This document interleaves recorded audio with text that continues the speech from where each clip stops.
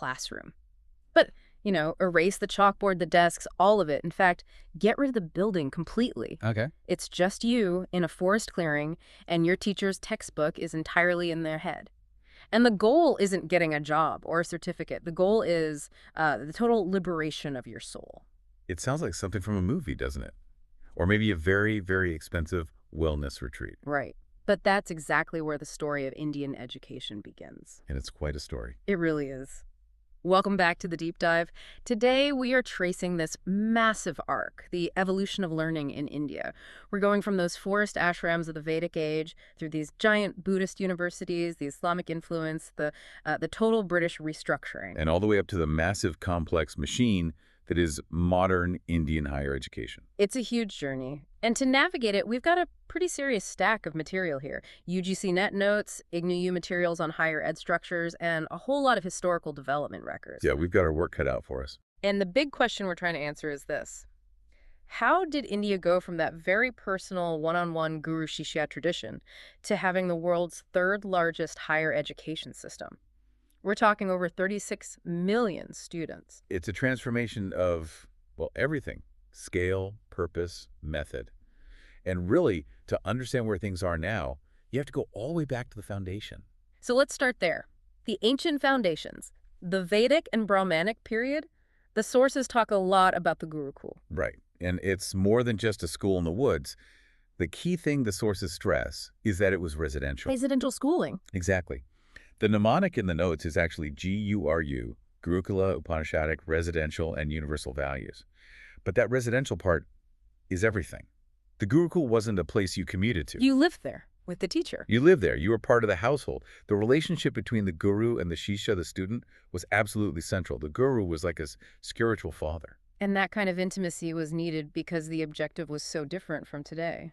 Completely different. Today, education is, it's an investment for a career. Yeah. Back then, the ultimate aim was moksha. Liberation of the soul. Precisely. It was about self-realization. Yeah. Sure, you learned about dharma, virtue, artha, wealth, and kama, pleasure, but they all led towards that final goal.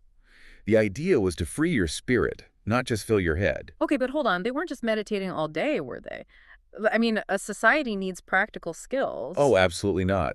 The curriculum was incredibly rigorous. Yes, they studied the 4 Vedas, but the sources also list mathematics, astronomy, military education, and even Ayurveda, medicine. They were building a whole society. This is what I find fascinating, the methods. How did they actually learn something complex like astronomy without iPads or even, books everywhere?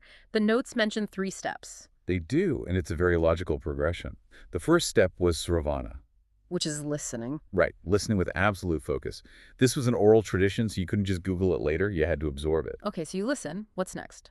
The second step, and I think this is the crucial one we've kind of lost, was manana. Intellectual reflection. Yes. Not just memorizing, but actually churning the idea in your mind, thinking about it from all angles. It's the difference between knowing a fact and truly understanding a concept. And the final step. Vidhijasana, meditation. The idea was to internalize the truth so completely that it becomes a part of you.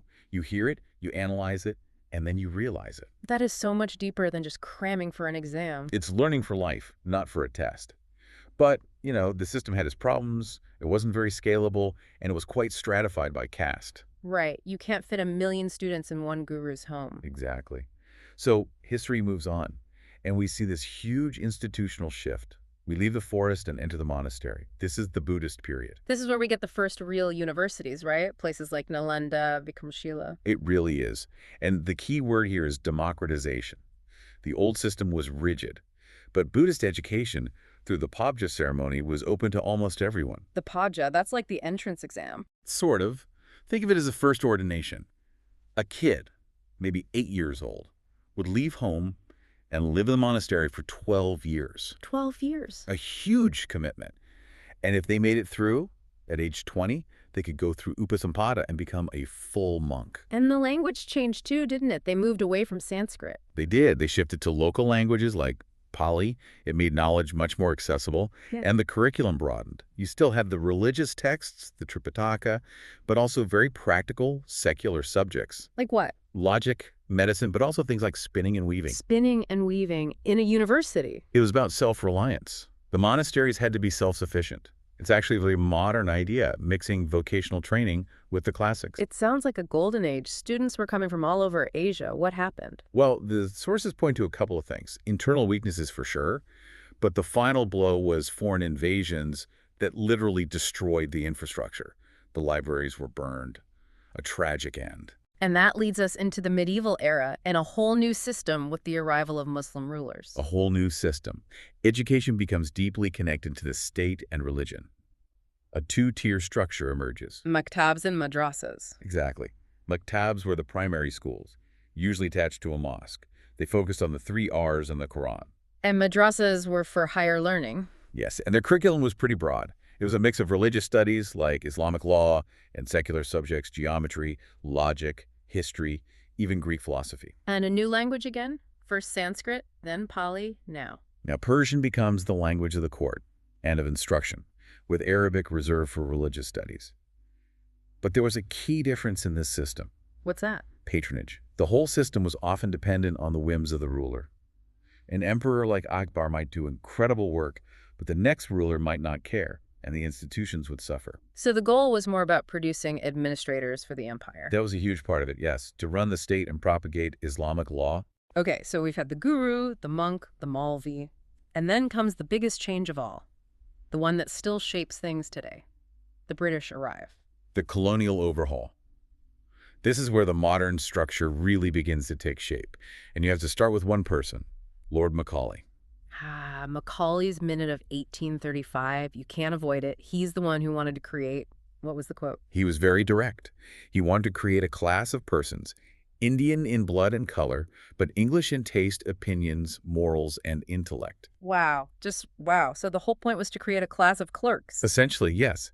It cemented English as the medium of instruction and shifted the entire focus to Western science and literature. That was the philosophy. The bureaucracy came in 1854 with Wood's Dispatch. The Magna Carta of English education, what did that actually do? It set up the system. It established a Department of Public Instruction. It recommended universities in Calcutta, Bombay, and Madras. But here's the crucial part. What's that? They were modeled on the University of London at the time, Mm-hmm. which is an affiliating university. An affiliating university? What on earth is that? It's a really important distinction. It means the university itself didn't teach anyone. Wait, what? No, the university was just an administrative body. It set the syllabus and it held the exams. You actually went to a separate college for your classes. The university was just the examining body. That explains so much about the obsession with exams. That disconnect between teaching and testing has been baked in since the 1850s. It's been there from the very beginning. And almost immediately, the British realized they had problems.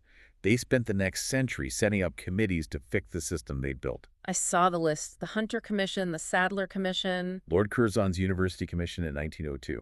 He was horrified by what he saw as defective universities just churning out graduates. And then the Hartog Committee in 1929. They were the first to complain about quantity over quality. A complaint you still hear every single day in India. A rush to expand without paying attention to the standards. So, after 1947, the British leave, but the structure, it basically stays in place. Which brings us to modern India, and the scale is just, it's staggering. It is. Third largest system in the world, over 36 million students. It's a behemoth. So how do you even run something that big? Who's in charge? Well, that's the complicated part. Education is on the concurrent list, so both the central and state governments have a say. So it's messy.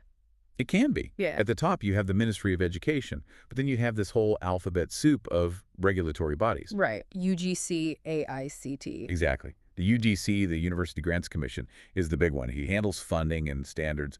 But then you have AICTE for technical ed, the National Medical Commission for Medicine, NCTE for teacher training, the Bar Council for Law. It's very fragmented. It sounds like a bureaucratic nightmare. It can be. And the universities themselves are all different types. You have central, state, deemed universities, institutes of national importance like the IITs. So with this giant complex machine, what about that quality question that Hartog raised back in 1929? That's the billion-dollar question. And it brings us to the more recent developments. In 2013, the government launched a scheme called RUSA. RUSA, what does that do? It's a strategic funding plan aimed mostly at the state universities, which were often underfunded. RUSA basically introduced performance-based funding. So you have to earn the money. Precisely. You want Horace funds, you have to get accredited, you have to reform your exam system, you have to fill your faculty vacancies. It's using money as a lever to force quality improvements. That makes a lot of sense. But there's another shift happening, right? The move to digital. A massive shift from brick and mortar to anytime, anywhere. This is all about access.